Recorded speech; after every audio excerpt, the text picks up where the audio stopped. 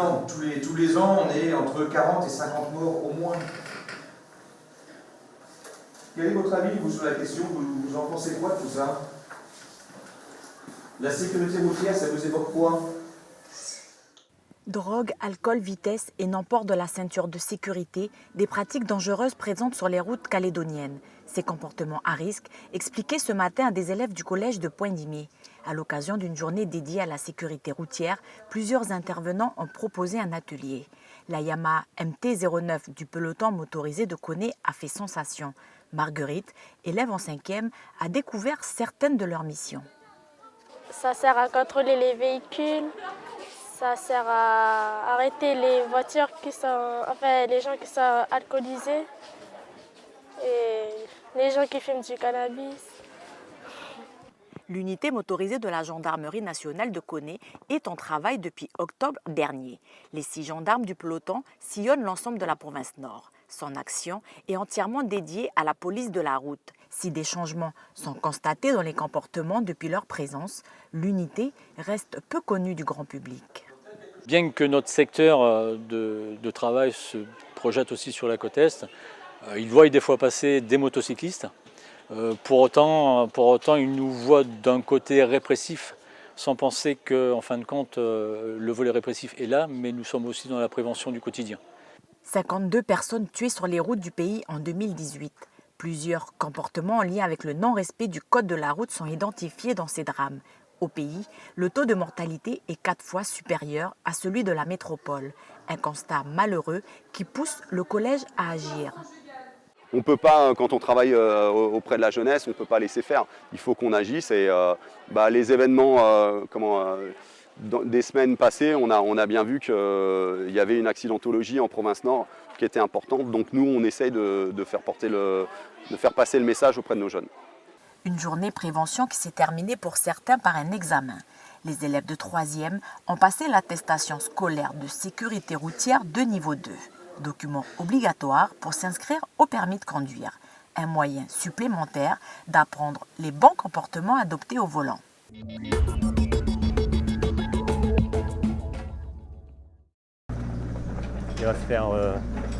Ils vont travailler donc dans cette zone pour faire poser le radier ici, les éléments en face. Et puis là, ils vont creuser, ils vont ouvrir pour permettre la pose des dalles en béton. Voilà pourquoi la route à horaire sera fermée jour et nuit à compter d'aujourd'hui jusqu'à vendredi 16h. 2 jours de travaux qui sont prévus pour préparer donc, la pose du radier et permettre sa mise en place. Et ensuite, donc, ce sont des éléments préfabriqués qui sont mis en place et qui vont être scellés par du béton. Et il nous faut à nouveau également 2 jours pour laisser le séchage se faire et remettre en circulation, sous circulation la voirie.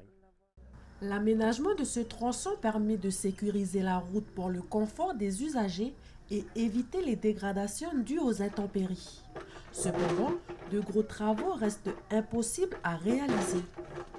Parce qu'on ne peut pas élargir à tous les endroits la voirie pour permettre une circulation à double sens par tout le temps et dans toutes les conditions. Et suite à des discussions également avec les coutumiers pour laisser quand même le milieu de cette voirie en état tel qu'il est, avec des zones qui sont qui doivent rester intactes et qui ne peuvent pas, pour lesquelles on ne peut pas faire de travaux importants de terrassement, d'élargissement. La bonne nouvelle est que désormais la traversée ne durera que 30 minutes. D'autres travaux seront réalisés sur cette voirie dans les mois à venir pour un coût total de 145 millions de nos francs.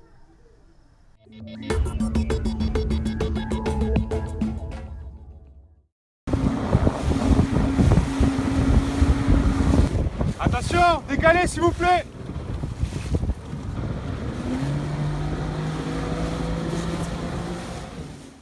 L'intervention rapide de cette équipe a permis d'éviter la collision entre ce parachutiste et un voilier.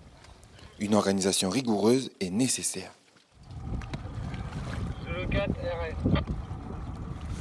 Les bateaux, les propulsistes sont bien réactifs et du coup avec le binôme, le bon nageur qui est sur le bateau, on ne perd pas de temps pour la récupération des parachutistes. Et on n'a pas eu ni blessure à déplorer pour l'instant.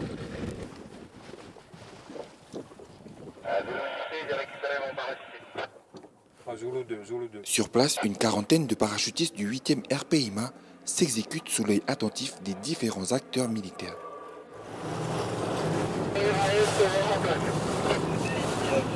La difficulté, ça va être de combiner tous les éléments, l'avion, la météo, la houle, les moyens nautiques qui sont en place, parce qu'on a quand même beaucoup de bateaux mis sur le plan d'eau. On a un bateau par parachutiste, on a un bateau en début et en fin de zone pour matérialiser l'axe de largage. On a un bateau qui gère la sécurité avec une équipe médicale à bord. Et on va aussi retrouver la participation de la marine et de la gendarmerie nationale pour assurer, et d'une, l'arrêté maritime qui a été pris pour avoir l'utilisation du plan d'eau, et de deux, la récupération des parachutistes qui iront après sur la base navale pour rincer les parachutes. Donc c'est quand même une grosse séquence de préparation. 3 autres exercices similaires sont prévus avant la fin de l'année.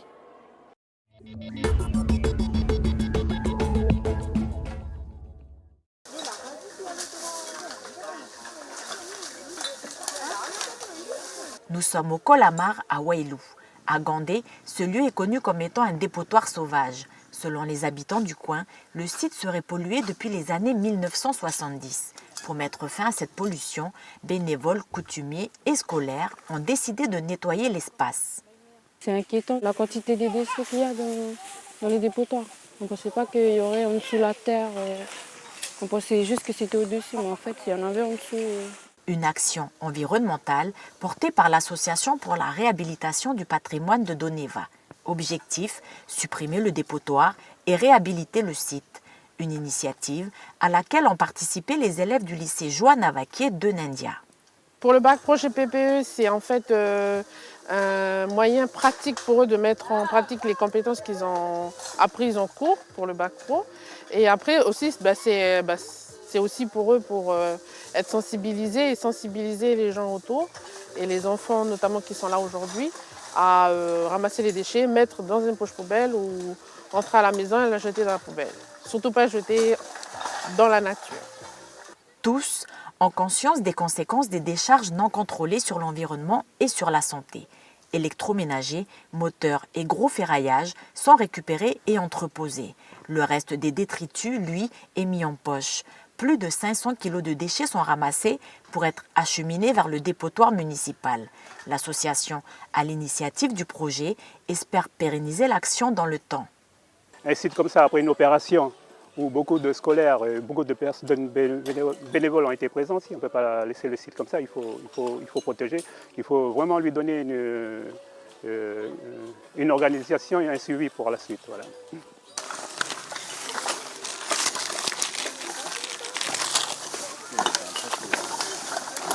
Après le nettoyage, collégiens et lycéens ont procédé à une plantation d'arbres. Des panneaux d'information seront installés prochainement et un suivi des lieux sera effectué pour éviter toute nouvelle dégradation. C'est quoi le morceau? Le merlan.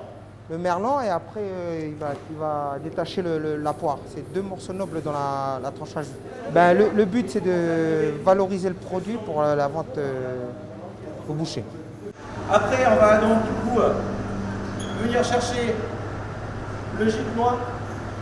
Donc le gîte noir, pareil, hop, on vient de dessiner. C'est plutôt un échange qu'une formation vraiment pure. Donc aujourd'hui, on est vraiment sur l'expérimentation. On essaye de faire, d'adapter une découpe métropolitaine, une découpe calédonienne, on mélange les deux. En fait, quand on est plutôt là pour faire du perfectionnement et pour voir comment on peut améliorer les découpes et faire une rentabilité meilleure sur les carcasses. Du coup, on a changé quelques façons de faire, où là on est en train d'essayer de les tester pour voir si on a un soulagement au niveau des poignets. C'est vraiment pour soulager l'opérateur, parce qu'après le travail reste quand même identique en Calédonie qu'en métropole. Donc la poire, c'est un morceau qui est extra tendre, Au niveau séparation, c'est tout fin. Les professionnels qui sont ouvriers polyvalents d'abattoirs bénéficient là de l'expertise d'un formateur de métropole qui leur apporte un plus pour travailler davantage à la fois leurs gestes et en même temps travailler davantage la productivité sur les pièces qu'ils découpent. L'aboutissement de ça, c'est effectivement une meilleure qualité, une meilleure productivité. Là, c'est nickel aussi. Hop là, donc ça c'est nickel. C'est les logiciels qui sont utilisés pour le dépouillement de l'enquête? Non. Non. Qu'est-ce qu'il y a comme logiciel que vous connaissez qui peut peut-être être utilisé? Excel. Tout à fait. Aujourd'hui, réunion avec les terminales de Bac Pro Relations Clients et Usagers et les étudiants de BTS Négociation Relations Clients. L'occasion de revoir l'accueil et le plan du site. Pendant ce temps-là, un autre groupe finalise les derniers rendez-vous avec les exposants. Une expérience enrichissante pour ses futurs professionnels. Ça m'a fait découvrir déjà d'autres méthodes de travail. J'ai également beaucoup appris au contact de mes collègues qui ont travaillé bien évidemment sur le salon, que ce soit le BTS NRC ou AM. Et donc voilà, c'est tout nouveau pour moi en fait. C'est comme une expérience de travail en fait, comme en entreprise. Ça m'a permis aussi personnellement d'avoir confiance en moi et d'acquérir beaucoup de compétences pour la formation. Autre objectif, valoriser les filières professionnelles et accompagner les élèves de 3e dans leur choix d'orientation. On se rend compte qu'on a des lycéens qui décrochent parce qu'ils ne sont pas forcément bien orientés. Et on s'est dit, on va essayer de les sensibiliser sur leur orientation. On a sollicité nos collègues de lycées, publics et privés, pour venir tenir les stands pour ce salon. Beaucoup d'entre eux ont répondu favorablement à cette action. Et l'idée, c'est que tout le monde mette en place des ateliers pour que les élèves puissent visualiser et vivre la future formation qu'ils auront choisie. Plus de 900 visiteurs sont attendus ces 2 jours au centre culturel Chibaou.